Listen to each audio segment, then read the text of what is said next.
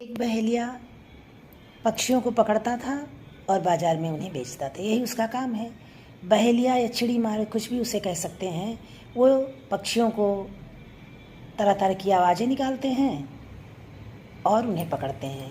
ज़मीन में दाना बिछाते हैं, उस पर जाल डालते हैं और पक्षी उसमें आकर के फंस जाते हैं और इस तरह उनको पकड़कर वो बाज़ार में बेचते हैं। यही उनका धंधा होता है।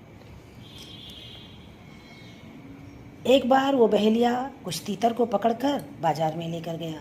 वहाँ पर एक ग्राहक आया और उसने कहा कि ये छोटा तीतर कितने का है। बहेलिया ने कहा ये 80 रुपये का है। बोले मुझे दे दो। तभी उस व्यक्ति की नज़र एक बड़े तीतर पर पड़ी जो थोड़ा बड़ा था और थोड़ा बुजुर्ग लग रहा था। पता नहीं क्यों उसने कहा कि ये तीतर कितने का है। उसने कहा ये बिकाऊ नहीं है, मैं इसे बेचूंगा नहीं। बोले क्यों नहीं बेचोगे? मैं इसे खरीदना चाहता हूँ, जितनी कीमत बताओ मैं उसे दे दूंगा। बहेलिया ने कहा मैं इसे किसी भी कीमत पे नहीं बेचूंगा। उसने दाम लगाया, 2000, 3000, 5000 तक आ गया। लेकिन फिर भी बहेलिया ने कहा मैं इसको किसी भी कीमत पे नहीं दूंगा, ये मेरे लिए अनमोल है। तब उसने कहा ऐसा क्या है भाई, तुम और तीतर पकड़ करके बेच सकते हो, इतने अच्छे दाम मिल रहे हैं तो तुम तो अच्छे व्यापारी नहीं हो। जहाँ तुम्हें दाम अच्छे मिले उसे तुम्हें लेना चाहिए। कल को दूसरा तीतर पकड़ करके तुम बेच अपने पास रख करके उसे भी बेचो। बोले नहीं, मैं नहीं दूंगा। बोले इसका कारण क्या है, मुझे बताओ। तो उसने कहा ठीक है मैं बताता हूँ। बोलने लगा ये जो बड़ा और बुजुर्ग तीतर है ये तरह तरह की आवाज़ें निकालता है।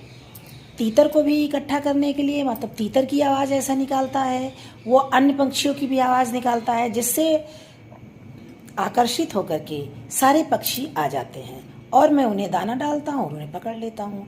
अगर इस तीतर को मैं बेच दूंगा तो फिर मेरे पास पक्षी आएंगे नहीं और मुझे पक्षियों को पकड़ने के लिए बहुत मशक्क़त करनी पड़ेगी, बहुत परेशानी उठानी पड़ेगी।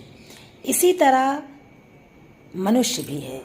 कुछ मनुष्य ऐसे हैं जो अपने फ़ायदे के लिए किसी का इस्तेमाल करते हैं।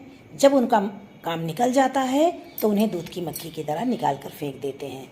और कुछ ऐसे हैं जो उनका शोषण करते ही रहते हैं। ऐसे व्यक्तियों को हमें पहचानना होगा और उनके शोषण से बाहर निकलना होगा। जैसे वो बहेलिया उस तीतर को पहचान गया कि ऐसी आवाज़ें निकालता है, उसने अपने वश में कर लिया और उससे वो कमाई करने लगा। ऐसे व्यक्तियों को हमें पहचानना होगा और उससे दूर जाना होगा, वरना जिंदगी भर हमारा शोषण होता रहेगा। ये जीवन की रीत है कि व्यक्ति एक दूसरे का शोषण